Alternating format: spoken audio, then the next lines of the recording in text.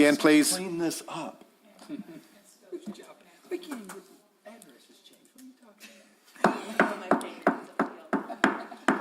Okay. All right, so we have discussion. We have a 5-minute break that Ms. Cerna wanted us to take. What did you find out?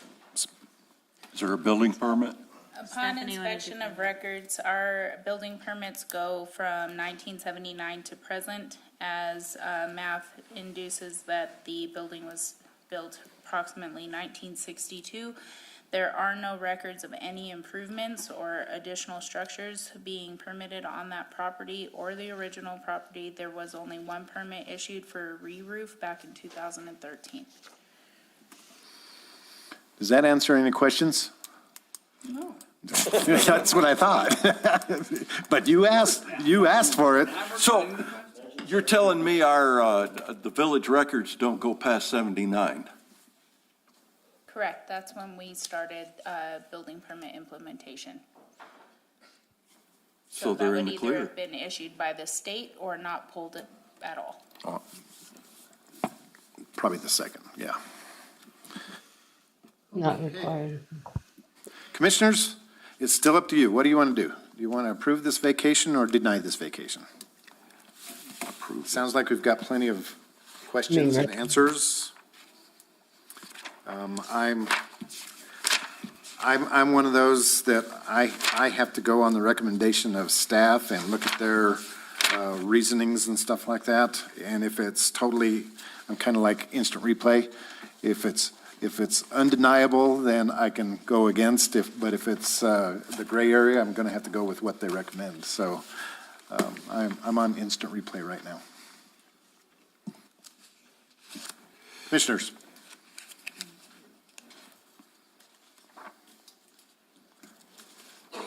Mr. Chairman, I have a question. And this is for Sam and Zach. On sub-bullet or sub-number 6, under analysis on page 9 that you provided, it said, in the event the parcel exceeds the sum of $2,500 in value based off the acquisition fee, it references some other provision, NMSA 1978, and the application regulations of the State Board of Finance. That whole, right, if we say we would vacate the entire amount, it would probably exceed $2,500. Can you help me understand what this provision is intended on that sub-bullet 6, if you have any idea? Yeah, so we can receive just an estimated value of square foot for that zone. If it exceeds that 2,500, we'll have to get a formal appraisal done. And typically, it's at the cost of the applicant.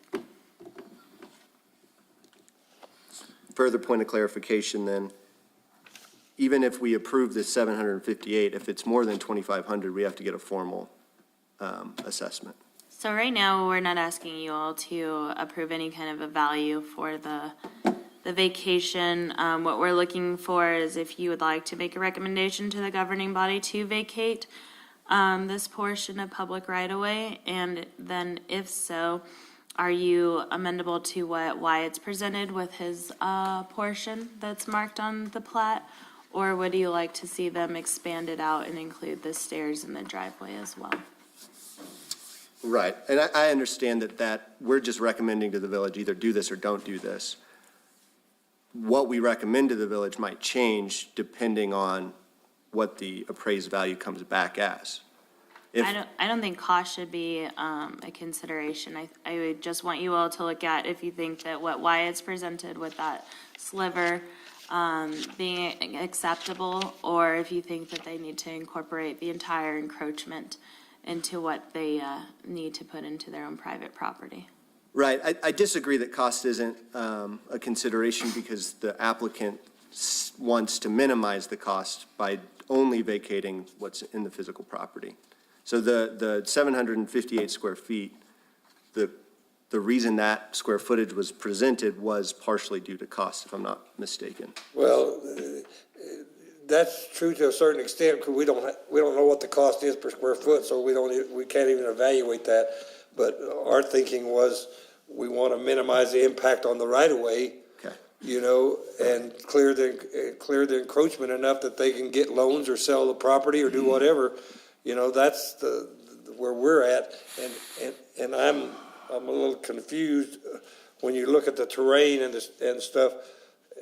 I understand you want to protect the city's ability to expand the road at some point in time, but I think that they still have that ability, particularly if we only get 780 square feet to do that. Right. But, you know, and I'm continuing just from my contact with the people that own the property, they had no idea this situation existed until June, when somebody went out there and surveyed and said, hey, you know, you're sticking over the line. And now all they're trying to do is find a cure for it. And so, you know, and along with this, if the city won't sell the right of way or won't get an easement, I don't know what's happening. I don't think they're going to go out and tear the building down at this time. So I don't know where it cures some of the stair problems or some of the encroaching problems. If they're denied in doing it, it just hampers them from doing anything with lending institutions and stuff with the property. So, you know, they're just trying to clear the problem up with the least impact on the right-of-way at this time is what they're trying to do. So I would just bring your all's attention to the analysis of section 5473AB, where it says the development made possible by the vacation results in a net benefit to the public welfare, which is clearly more beneficial to the public welfare than the minor detriment resulting from the vacation. So I think that that's where the recommendation from us is Well, not to. and I'm still trying to see where the public welfare is damaged. I don't understand that. The stairs and some of the other stuff down there that may have a little more impact on the right-of-way are still existing. You know, those problems aren't going to be cured without taking a big chunk of right-of-way, which to me would be more damaging to the public than what we're trying to minimize here. So,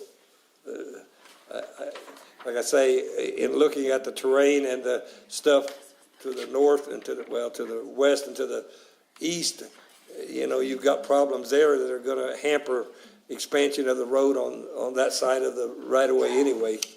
I mean, that's a reason why the right-of-way is where it's at. I think where the surface pavement is at is because that was the buildable spot.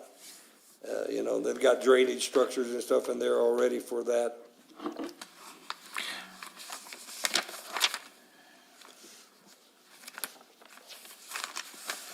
Mission.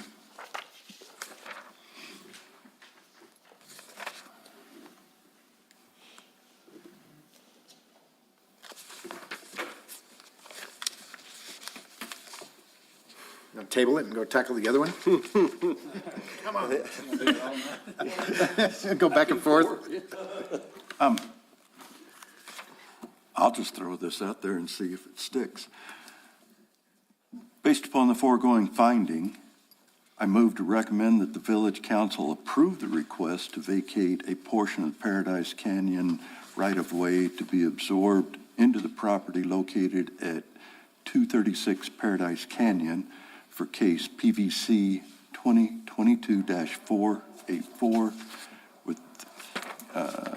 with the conditions stated in the case report. Second.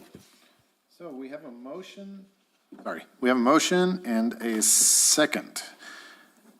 Any clarification on the motion? Can I add something, Alan, because I'm a little confused? The staff recommendations don't fit this site, and so if you make a motion and approve this, then I have to do something with Fern Trail and Alamogordo Street on this property. So maybe if you modify that to say the staff can, you know, clarify the recommendations on that staff area, you know, that would be helpful. Well, I think she stated that the only word difference is Paradise Canyon versus Fern Trail. Is that correct? Well, In the vacation it says, of Alamogordo Street. It says, number 2 says that notes the vacation of Alamogordo Street and the public dedication of Fern Street that was approved in the face of the plat. I mean, the whole section there, I think is referring, didn't get taken out from the request for Alamogordo vacations. That's correct. We just would like for it to stay, with the vacation that it'll be, Paradise Canyon Road, not Fern Trail. That would That the help. face of the plat will be recorded.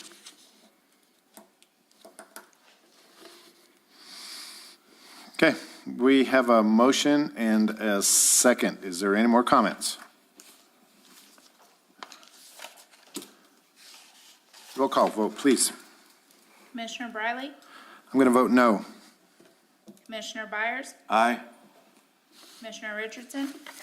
Aye. Aye. Commissioner Aye. Bixby? Aye. Commissioner Williams? Aye. So you have your vacation. No, just a Go recommendation. to the city council and then we Still have has to go to the get an- council. We have to get an appraisal and come up with the We money and all managed that to Yes. stuff. can Yeah, down. we- Thank you for considering. And again, the only reason I voted no is I voted in consistently with the staff recommendations and the issues that they have. Well, thank you, Commissioner Briley. Staff was on board when this happened. All right, so we go back to C, conditional use 2022-480 for a food truck in conjunction with business located at 1203 Sutterth Drive. So we've had our public hearing already.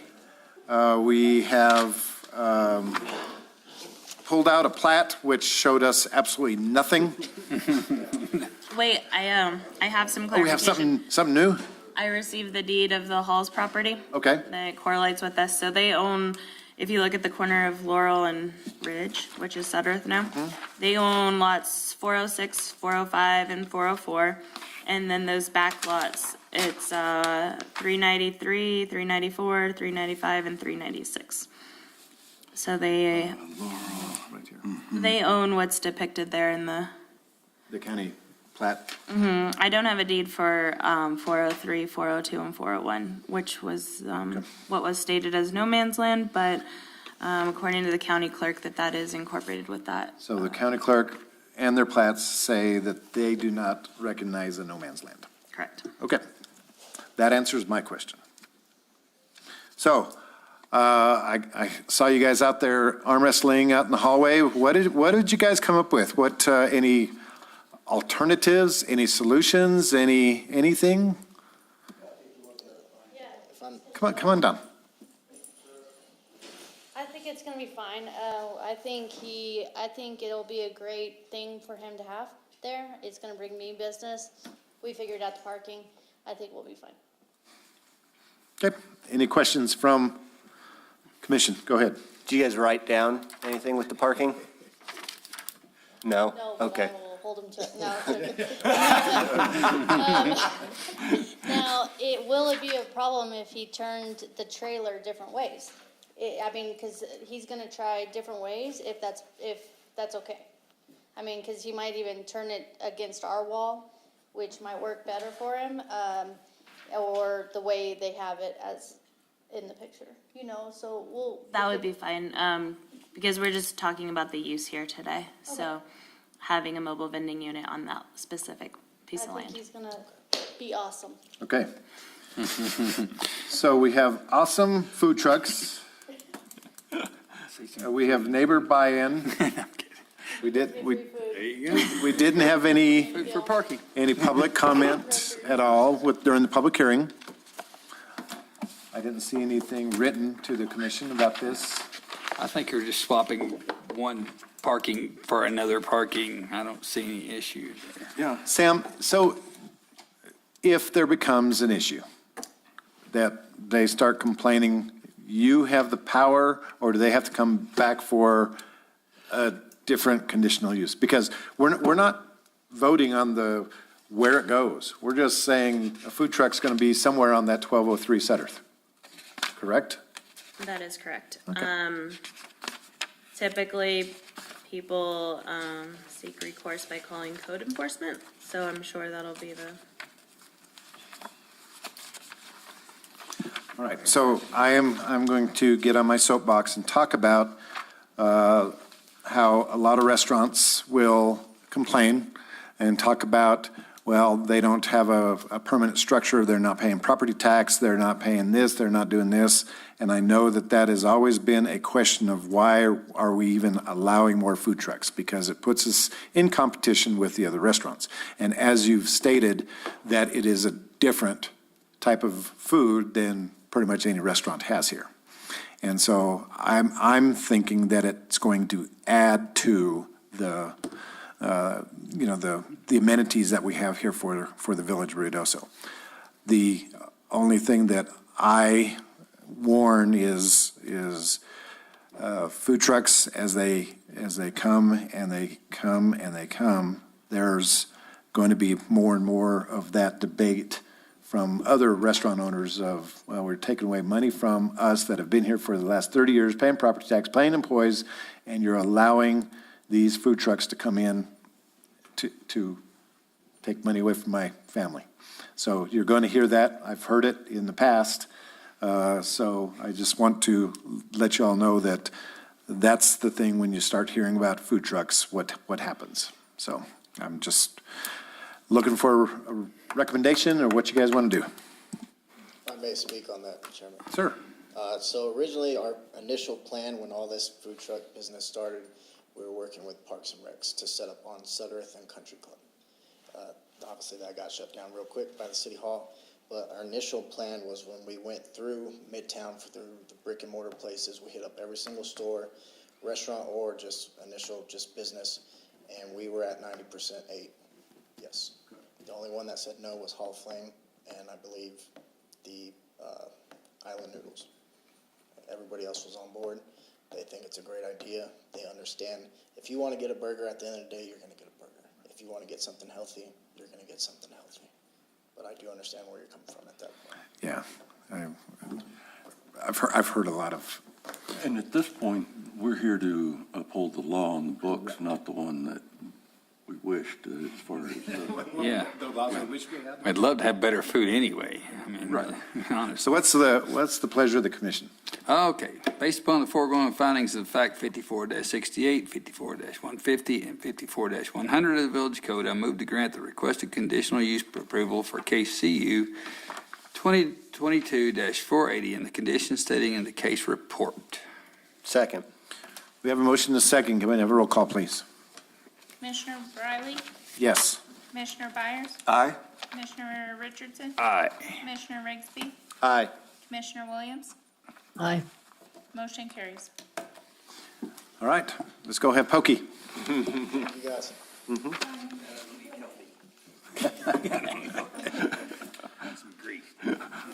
All right, ladies and gentlemen, we've been here for a while. Sam, keep your reports down to 2 hours, please.